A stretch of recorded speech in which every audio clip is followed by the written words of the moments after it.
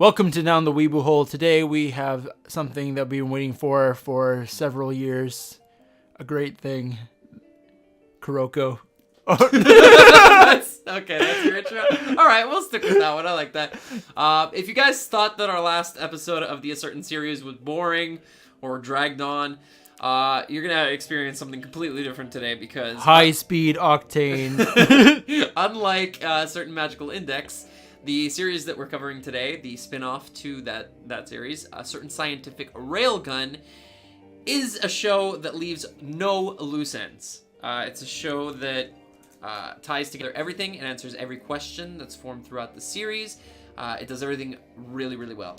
It's sick. Yeah. This is why we have it up at a 9 for both seasons on Mal. Well, for you. Yeah. What do you have them as? 9 and 8. What, 9 and 8? Yeah. So season 1, 9. Okay, well, yeah, you have your a little bit of a problem with season 2, and I'll explain why I didn't think it was a problem. But anyway, let's get into this. So, as mentioned, A Certain Scientific Railgun is a spin-off series of A Certain Magical Index, and it follows the life of Misaka, Railgun. It's herself. anything but a side story. Yeah, it really isn't, honestly. It's its own thing, and it's awesome. So we have Misaka, Kuroko, Shirai, probably one of the best characters in the entire series, throughout both Index and Railgun.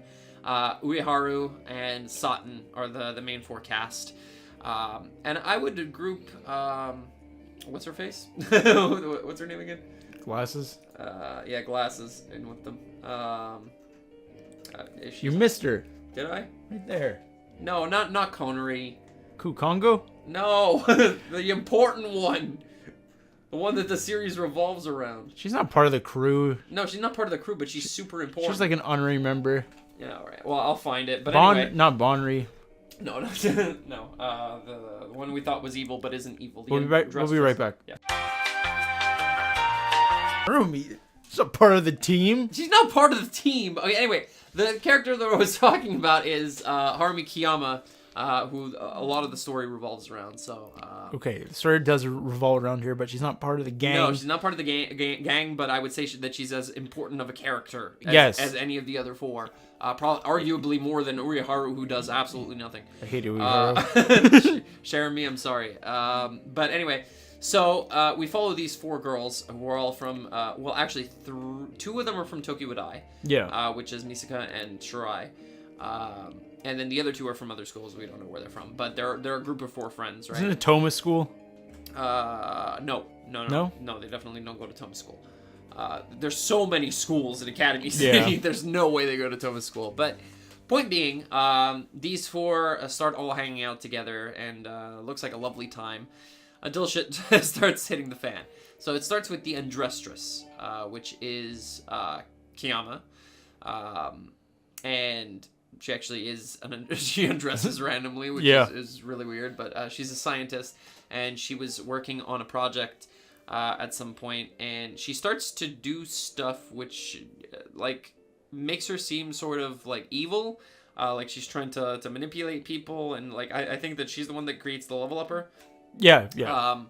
And basically she's trying to make it so that she can free a few kids. Yeah. And she actually turns out to not be an antagonist, but rather... Some of her old students. Yeah, exactly. That she was a teacher before. Her eyes were a lot wider.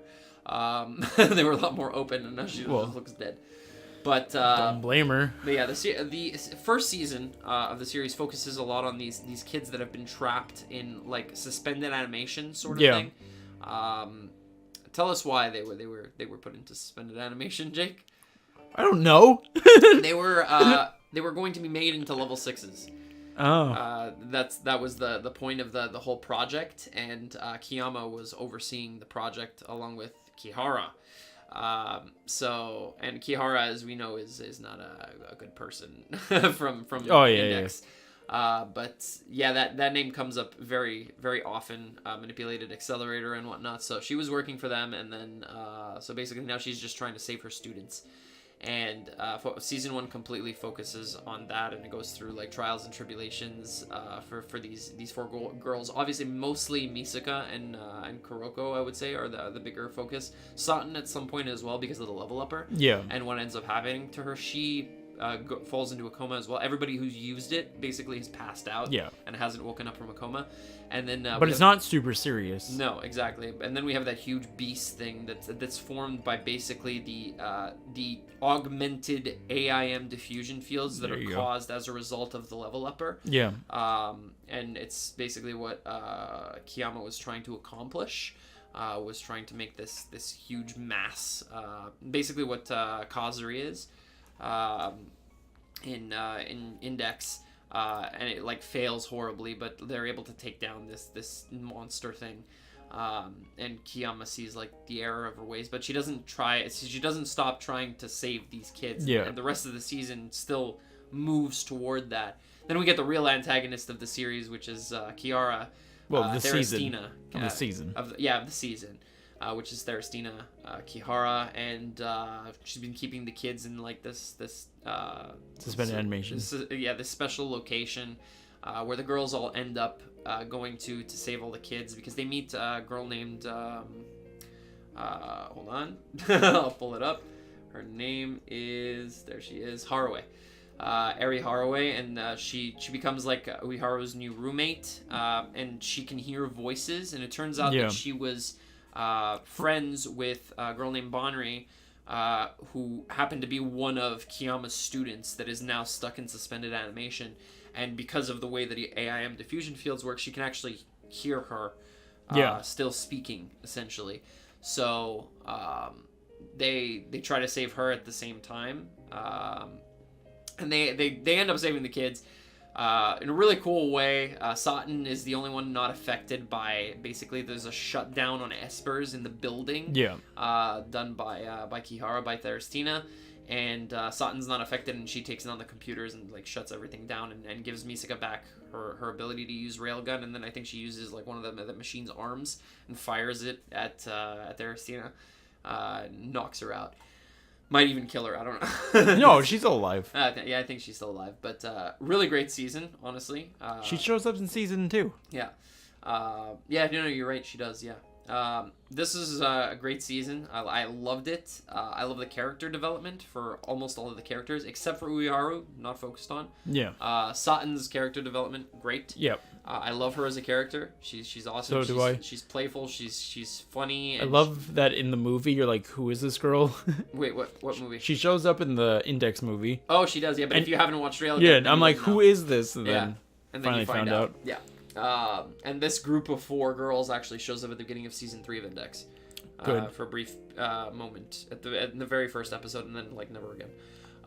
But yeah, Shirai, I believe, is like one of the more important characters. She's a huge supporting role to Misaka and really helps her out wherever she goes, as perverted as she is. Let's actually talk about Shirai, because Kuroko is like one of the best characters, as we mentioned in the series. She brings a level of humor that I felt was like absent from Index, because like Index tries to be funny and like it's a hit or miss most of the time. Exactly. But Shirai, and it's like Toma's humor, which gets old real quick, and like Index biting his face. Like, it's not funny. No, her biting his head, at some point it gets old. But Shirai mixes it up every time. Yeah. She's absolutely like, you hilarious. know it's gonna come, but like it's just so funny because she over exaggerates every little thing. She's like in love with Misaka. Her desire for Misaka is like hilarious. Insane. Yeah, it's hilarious. Yeah. So well done. Yeah, over the top. I love her as a character. Misaka is the most complete character, obviously. Yeah, she's the one that this series follows. Obviously, the series is named after her. Railgun. She's the main character. Oh, yeah. I wanted to bring this up. Is like. Yeah. Her ability is much more interesting to watch, like from animation standpoint, than Toma's. So it was. Oh yeah. So it was so much more fun watching her fight. Yes, absolutely. She's a way cooler character, definitely. Like I mentioned in the last video, the way that she uses her electromagnetic, her electricity to basically like attach herself like a magnet to metal. Yeah.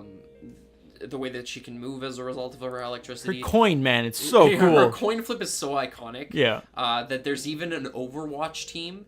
Oh yeah. That is called the Hanzo Spark, that model themselves after Misaka. Their logo, or like their animated logo, is a gun going like pointing and like shooting, but it's actually like, because they couldn't have the coin flip, but it's actually like based on her. Okay. And like their colors and everything are all based on her. And So she's an awesome character. But yeah, there's not too much to talk about. It's really like it's a season that you have to watch yourself. We're gonna dive a little bit more into season 2, I feel, because this is where we have sort of conflicting opinions. Yeah. So the beginning of season 2 starts off with a different look, a different perspective on an arc in Index, which is Misaka, the sisters, and Toma versus Accelerator, essentially. And this is like whole kerfuffle. It's a good 2/3 of the season too. Yes, yeah, it is. It's pretty big. It's like 14, 15 episodes. Yeah. So what we see is Misaka finding out that there are experiments being done in the city, in Academy City, with clones made from her DNA map, which she had initially signed away as a child. We see that in like a flashback in a dream that she has.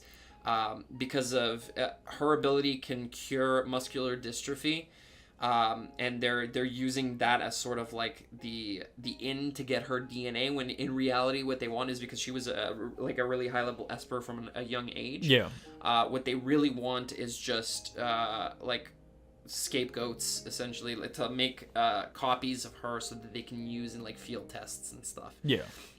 And she finds this out, and what she starts to do is jump from facility to facility where they've been making the clones of her and where they have access to her DNA map, and she starts taking them all down. Yeah, she destroys them like crazy. Yeah, she wipes them out, and she's like obsessed with it. It becomes her obsession. Yeah, she doesn't tell her friends anything. No. She keeps it all to herself. Unless Kuroko gets very worried about her as well. And so she's doing this, and then at some point she gets to a facility where we meet a group named Item, which is made up of the number 2 ranked Esper in the city, as their leader, Mugino, as well as a few other members, Frenda, Takitsubo, and I forget the last one's name.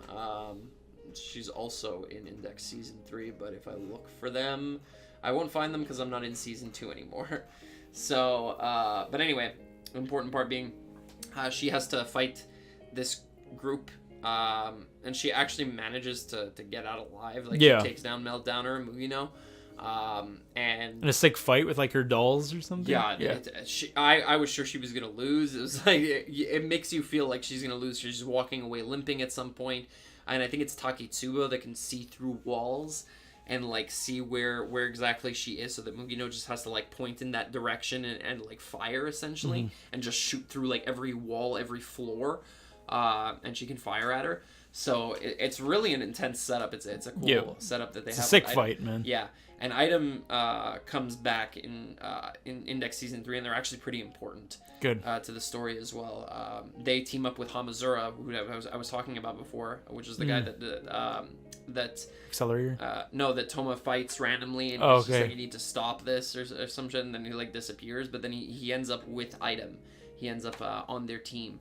And what happens with him is crazy. But anyway, so that's a huge part of Season 2. Now, what we're going to discuss is why Jake doesn't like this part. No, I like that part. I don't like the part that happens after. Right. Okay. So after this this takedown of most of the facilities, what Misaka ends up realizing is that there are still a ton of clones of her out there, and that Accelerator, our number 1 Esper in Academy City, has been using them as death fodder for training, essentially, and trying to level himself up to level 6. And she finds this out. She goes and confronts Accelerator herself, finds out that she has no chance against him whatsoever. He can stop every one of her attacks. Especially with now the increased knowledge and like basically battle strats against any one of like Misaka's clones, who essentially can do the same thing she can. Yeah. At this point, he should be battle ready for her. And so she only gets out alive because the sisters, her clones, stop the fight because it might interfere with data that could be accumulated as a result of the field tests. So she gets out with her life. And then she doesn't know what to do anymore, and she's like basically going to kill herself. She decides that she's going to take on Accelerator, and if she dies, she dies. Yeah. And Toma comes to the rescue. Toma shows up on the bridge like he did in... It's exactly the same scene as in Index. and we get the same fight scene just from a different perspective. We don't see as much of Toma.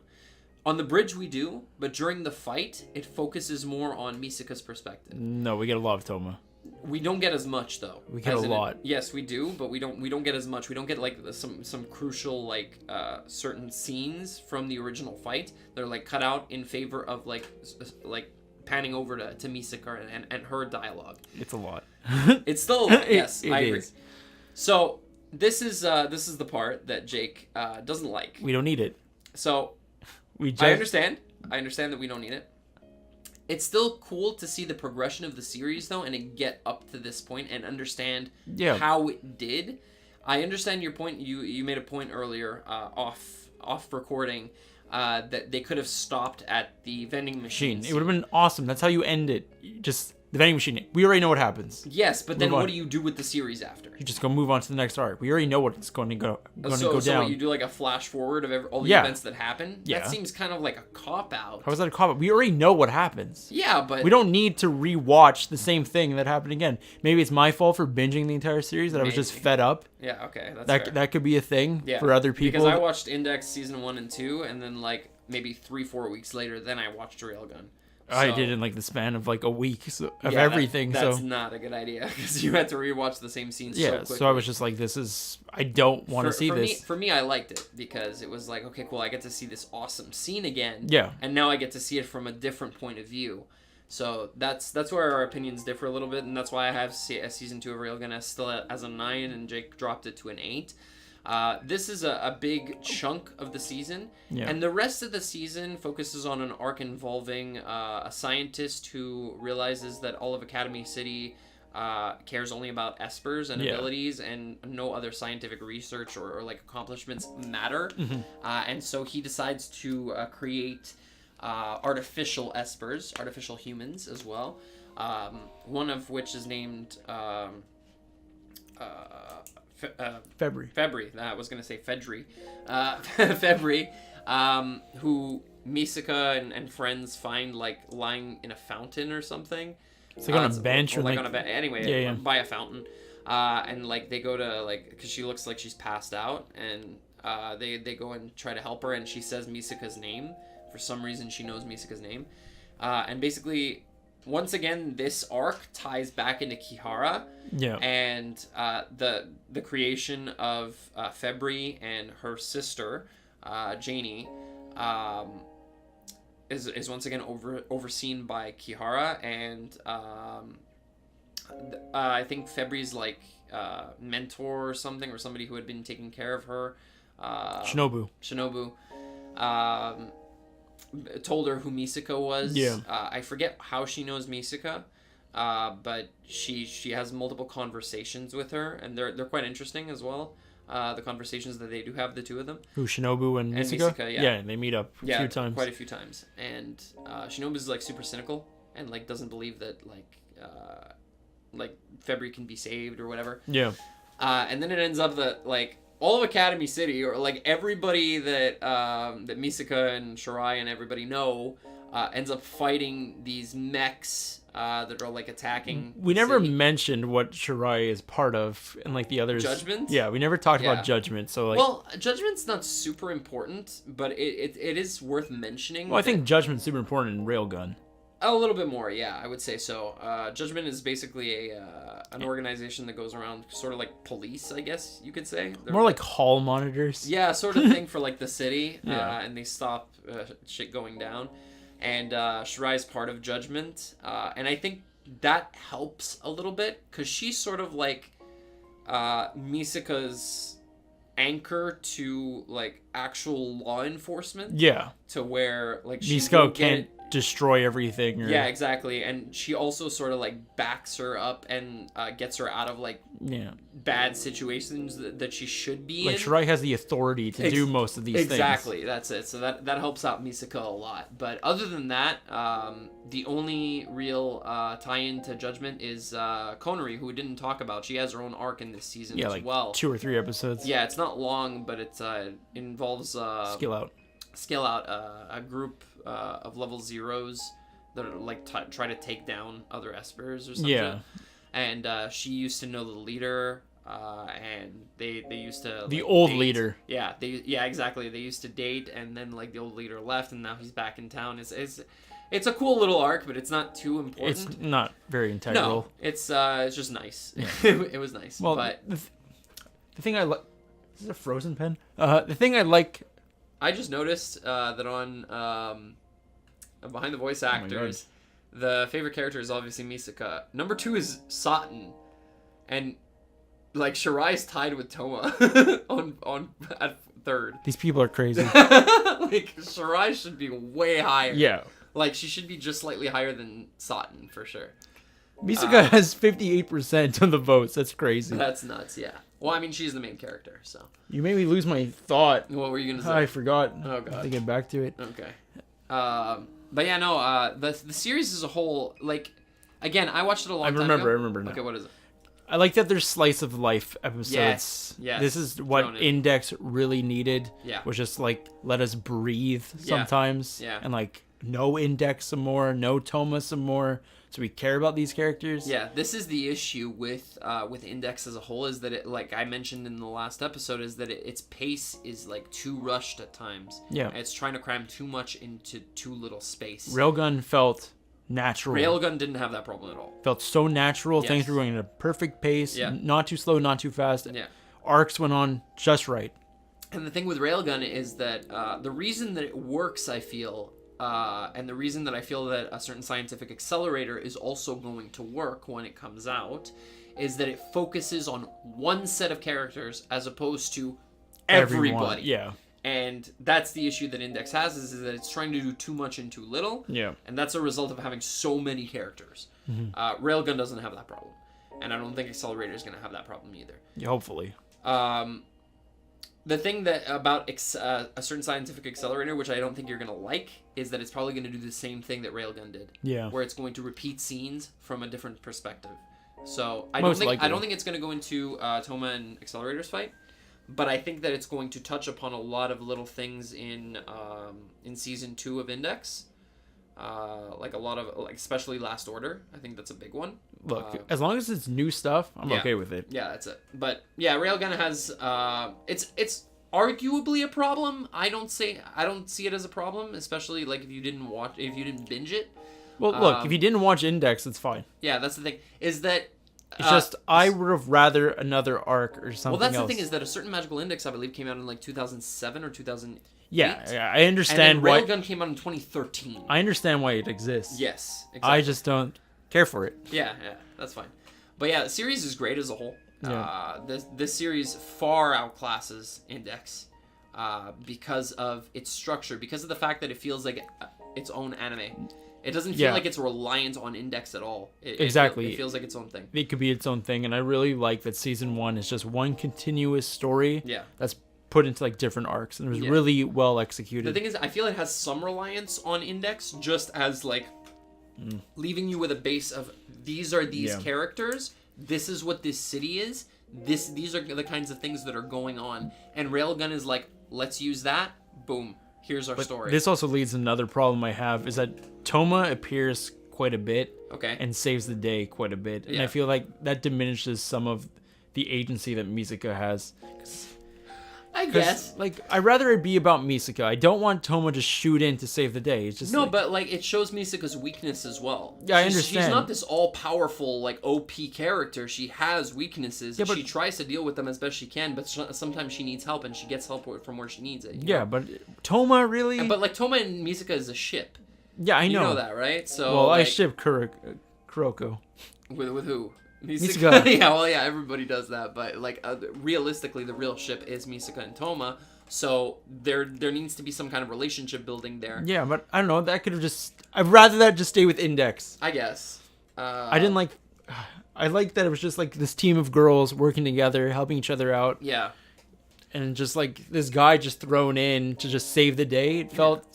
Well, I mean. Felt forced. Well. It's from the original series. You can't. Well, not Accelerator. I'm talking about the time where a bomb's going off. Oh, right. And then Toma just shows up and saves the day. But he happens to be there. Like... Yeah, no, but shoot in. Yeah. I guess. I don't know. Rather Kuroko, like something bad happens or Kuroko saves the day. I guess that they needed like another instance of Toma being in the series other than the one that everybody had already seen, just to like solidify him as an fan service. No, I feel like it's more to solidify him as an important character to Misaka. I guess. You know, like he needs to be there a little bit at least. I believe even like at the beginning of the second season, like his face is always like whited out. You don't see his full face, and it's like that felt too distant. And then when you actually got to see him and hear him, it felt a lot more like, okay, you have a place here, like kind of thing. You know, I liked seeing him in the series, but I don't know. I guess there's differing opinions. I like him as a character, and I like him and the Misaka dynamic. I like the two of them together. Especially in season 3. He's a troglodyte. He needs to get out of here. All right, sure. But you guys should definitely go and check out Railgun. I would personally suggest checking out Index first, just not because it gives you context, but because you want to start with the worst of the two. Just so that you're like, oh well, Index sucks, but then you're like, oh well, Railgun's good. Now let me move over to Railgun, and you'll see that this series definitely this series is definitely worth the watch. I feel like characters grow a lot more as well. Yes. Satin has a great growth. Satin has great growth, yeah, because she has no power, no Esper power. Yeah, and like she's learning to like finally control it. Like she's getting there, like accepting that she might never get it. Exactly, yeah. It's sad. It's actually sad. The level upper does work on her. Yeah, so she does have a potential. So. Yes, there is something there, and I'd like to see that explored because I know that her ability is called Arrow Hand, but it's just not developed. And there's another character in the series with the same ability, Arrow Hand, and I believe they're in top 10, if I'm not mistaken, of the city. So it's quite interesting to see what could happen with her, but. You know, time will tell. We're gonna get a Railgun in season 3. Yeah, we're getting one. We don't know when, but it is announced. I'm assuming winter. I'm gonna put it out there and winter, say, really? Yeah, I'm gonna say winter 2019. Well, 2019. Yeah, this year. Okay. Winter 2019. I think it's gonna be next year. I think it's gonna be November. We'll see. We shall see, but I think it is gonna be November. I think they'll have enough time to do it. So I think Accelerator might be like one season later. Okay, yeah. I think the JC staff will have enough time for that. There's a lot of certain series. Yeah, it'd be great. I don't know if we're ever gonna get a season 4 of Index. That would be awesome, though. Probably, like I really hope for it. Finish it up. Yeah. So well, finish it up is loose because I don't even know if the manga's finished. To be honest, I have no idea. We'll have to check up for that. Yeah, for sure. But we forgot some stuff about Gekida. Oh God, really? So yeah, Misaka has an obsession with this frog, Gekida, and it's the cutest thing, honestly, because she's trying to be like super mature and serious, and like she's just like obsessed with this character. And it's like shows up all the time. Yeah, even when they're at the mall, like in Index, and I think that it might happen in Railgun as well. I'm not sure, but like they go to the mall and like she has to like take a picture as a couple. Yeah, it was in Index. And she grabs Toma, and they take like the most awkward pictures ever. Just so she can get like the strap. Yeah, exactly, like the special edition or something. And then February steals one of her Gekidas. Her special edition pink Gekida, like pissing her off. Yeah. And why the series is super awesome is the Bikini episode. Yeah. Yeah, there's that one-off episode where they go bikini modeling, and it's just Kuroko kills it. Kuroko is ridiculous. In that episode, she. Yeah. Oh my God. Yeah, she next level. You're definitely gonna want to watch the series just for that episode. I never met such a lewd character. Yeah, she's crazy. Yeah, no, but we really like the series. Yeah. It's definitely worth checking out. It's gonna be my top 10 this year for sure. You think so? For sure, 100%. That's cool. Well, I mean, the A Certain series was in my top 10 for last year. The Index is not. Well, I grouped everything together, yeah. right? Just because I felt like one went hand in hand with the other. So. Mm-hmm. But if I had to pick one of the two, of course, I would have chose Railgun. Yeah. But yeah, so that's going to be it, guys. This is a little bit of a shorter video. It's 31 minutes as opposed to the 38.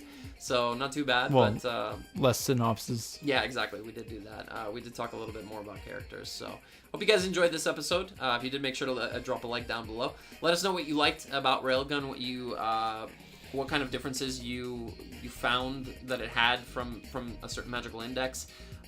The structuring, the character development, anything, just let us know, and we'll be happy to have a conversation with you. As always, our links to Snapchat, not Instagram, Twitter, And of course, our Discord server, where you can talk to us directly, are in the description down below. We're working on, also, I just want to put this out there, we're working on trying to get a setup to where you guys can actually see us. This is not anything in the foreseeable future. However, it is something on our minds. We do know that for podcasts like this, obviously, it's always better to see the people that are talking, the people behind the microphone. So we're trying to find a space, find a location. Behind the voice actors. Yeah, find a location, find the right kind of equipment, because we need 2 functioning cameras. We need the mic setup that we have right now is fine. I think that'll work. But we need 2 like really good high def cameras and just enough space for us to be able to do this in like just a location where we can have a good distance from each other and just a good space basically. But yeah, we are looking into that, so do hold out on that. If that's something that you're excited for, make sure to subscribe so that you don't miss when that actually happens. It'll obviously be like a huge announcement on the channel. We do want to thank you all, of course, for staying subscribed, for continuing to watch our content. Yeah. It's awesome that you guys, as small as the channel is right now, one day it'll bloom. Be big. Yeah, hopefully it'll bloom, and you guys will be like the first 200 that were here. So yeah, thank you all as usual. Thanks for watching, and we'll catch you guys next time. Take care, my big sissy.